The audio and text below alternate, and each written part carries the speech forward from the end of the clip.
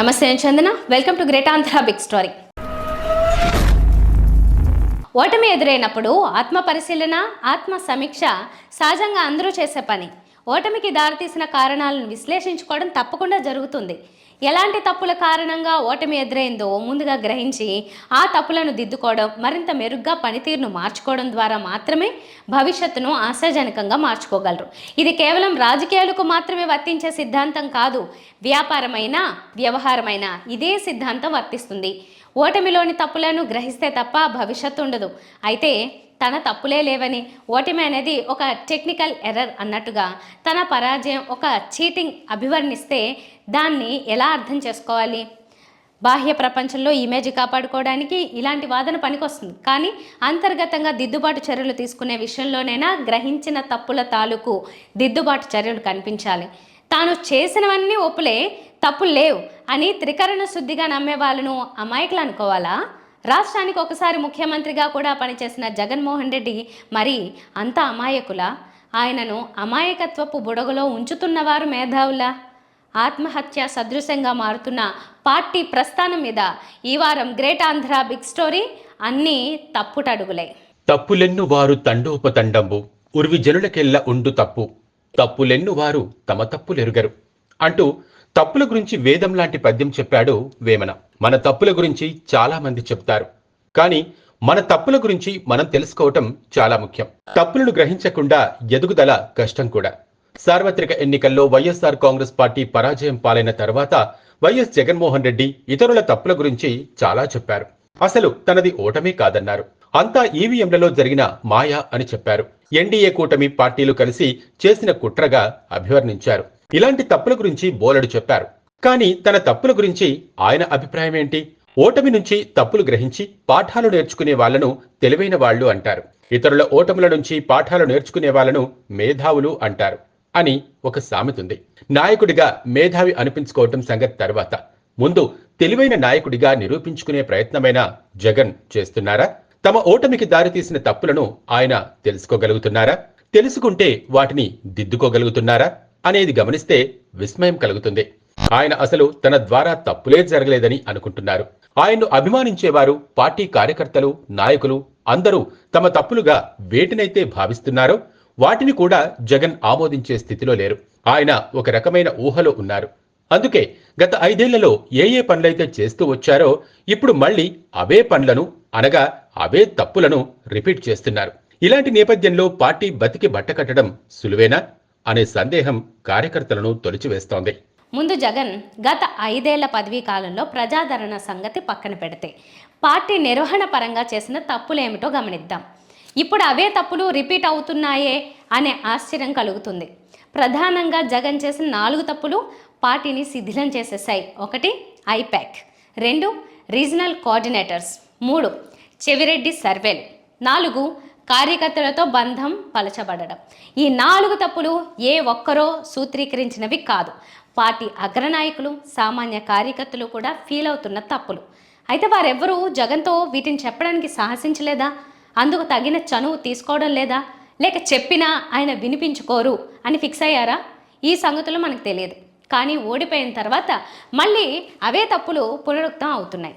అవే తప్పులు అవే ఫలితాన్ని కదా ఇస్తాయి. మనం రోడ్డు పక్కనే ఒక మొక్కను నాటుతాం. రోడ్డుమట వెళ్లే పశువులు దానిని తినేయకుండా ఒక ట్రీ గార్డ్ పెడతాం.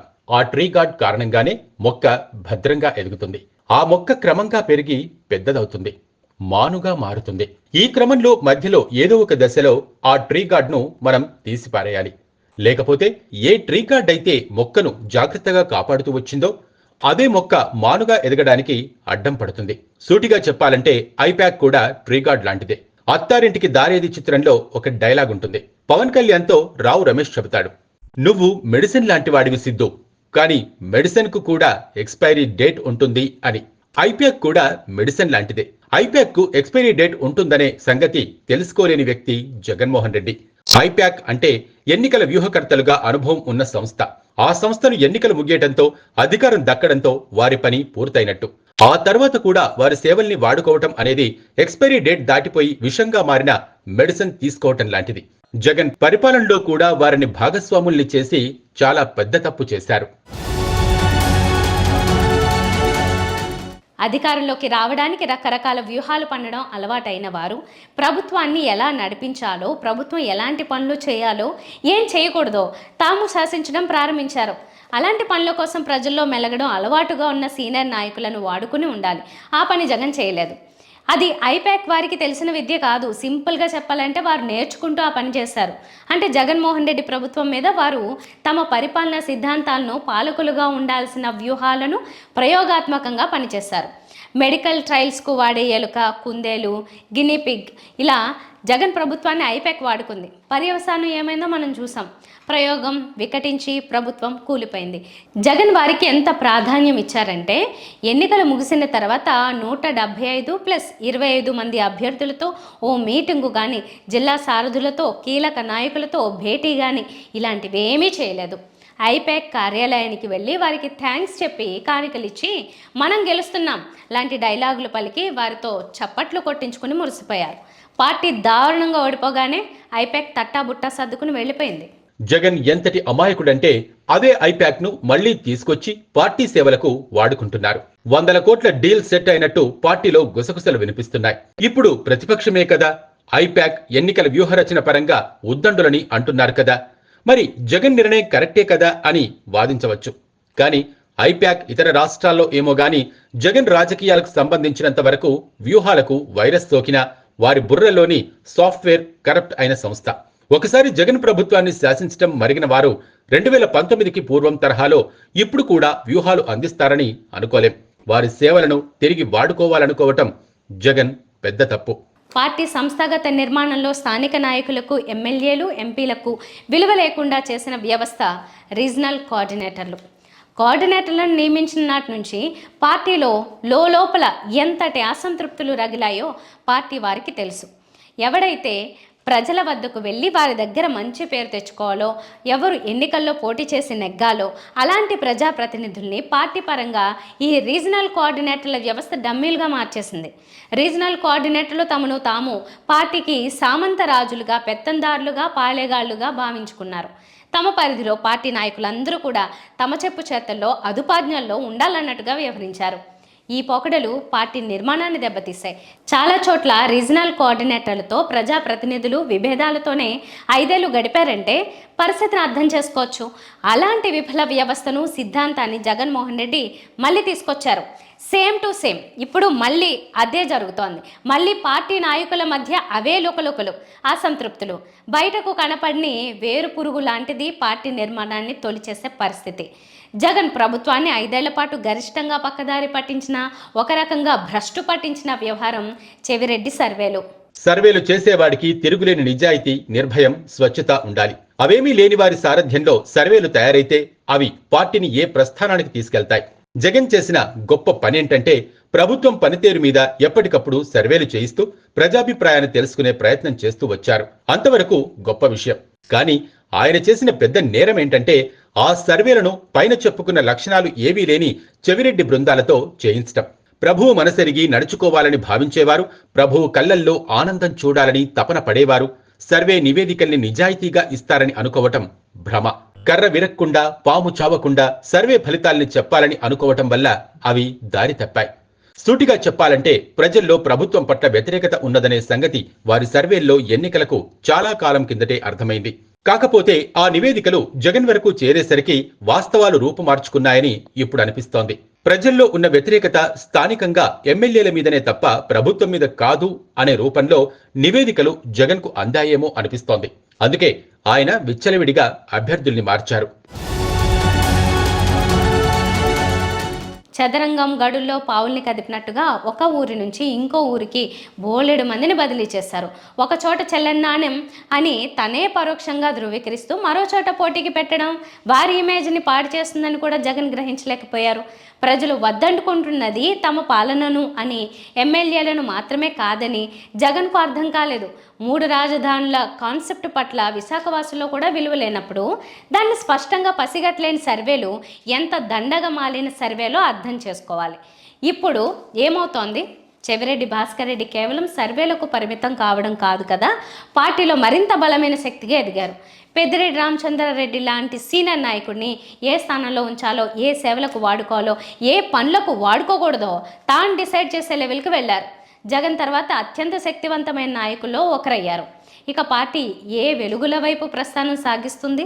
పార్టీ ఎంత గొప్పదైనా, జగన్మోహన్ రెడ్డి చరిష్మా ఎంత అద్భుతమైందైనా, వైఎస్ రాజశేఖర రెడ్డికి ప్రజల్లో ఉండే అనన్యమైన భక్తి ఎంత అండగా నిలిచినా, పార్టీకి కార్యకర్తలు మాత్రమే తిరుగులేని మూల స్తంభాలు అనే సంగతి ఎవ్వరైనా ఒప్పుకొని తీరాల్సిందే. ఏ పార్టీకైనా అంతే. అయితే కార్యకర్తలతో ఉండవలసిన అనుబంధాన్ని జగన్మోహన్ రెడ్డి నిర్ణయాలు పలుచన చేసేశాయి. కార్యకర్తలకు ప్రజల్లో విలువ లేకుండా చేశాయి. ఇలాంటి పెడపోకడకు వాలంటీర్ల వ్యవస్థ కూడా కొంత దోహదం చేసింది. వాలంటీర్ల వ్యవస్థలో ఉండే అద్భుతమైన అడ్వాంటేజీలు వేరు, వాటిని కాదనలేం. కానీ అవి కార్యకర్తల వ్యవస్థను పుచ్చిపోయేలా చేశాయనేది కూడా సత్యం. కార్యకర్తలకు అటు ప్రజల వద్ద, ఇటు ఎమ్మెల్యేల వద్ద కూడా గౌరవం లేకుండా పోయింది. ఒక ఊళ్ళో పరిస్థితి ఏంటో తెలుసుకోవాలంటే ఎమ్మెల్యేలు అక్కడి కార్యకర్తలతో ప్రేమగా మెలుగుతూ వారి ద్వారా తెలుసుకోవాలి. అక్కడ తేడాలుంటే వారి ద్వారా చక్కదిద్దాలి. ఇలాంటి రెండు పనులకు కూడా ఎమ్మెల్యేలు, ఇతర నాయకులు వాలంటీర్లనే వాడుకోవటం మొదలైంది.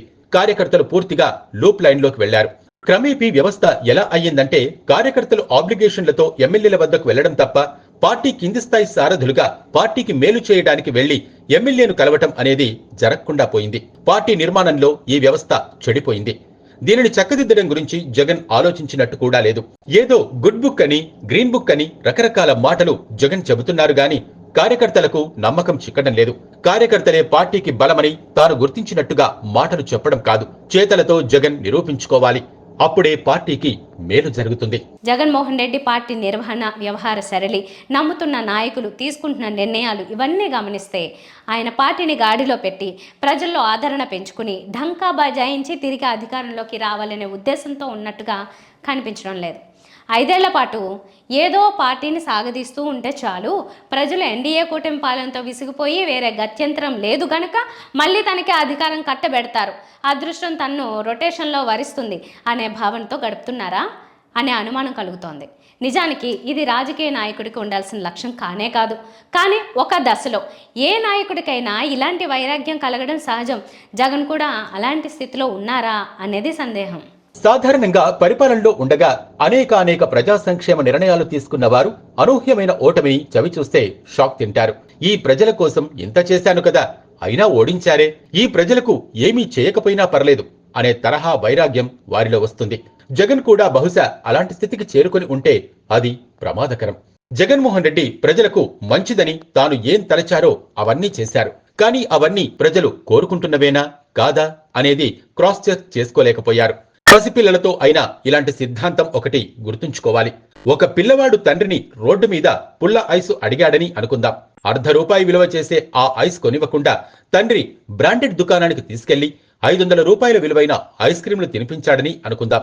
అంత చేసినా ఆ పిల్లవాడికి పెద్ద తృప్తుండదు. పుల్ల ఐస్ తో పొందగలిగిన ఆనందంలో 10వ వంతు కూడా ఆ కాస్ట్లీ ఐస్ క్రీం వల్ల అతడు పొందలేడు.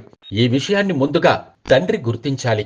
రాష్ట్ర ప్రభుత్వ అధినేతగా, రాష్ట్ర ప్రజలందరికీ పెద్ద దిక్కుగా రాష్ట్ర ప్రజల ఆకాంక్షలు ఎక్కడ ఉన్నాయో గుర్తించడంలో జగన్మోహన్ రెడ్డి విఫలమయ్యారు.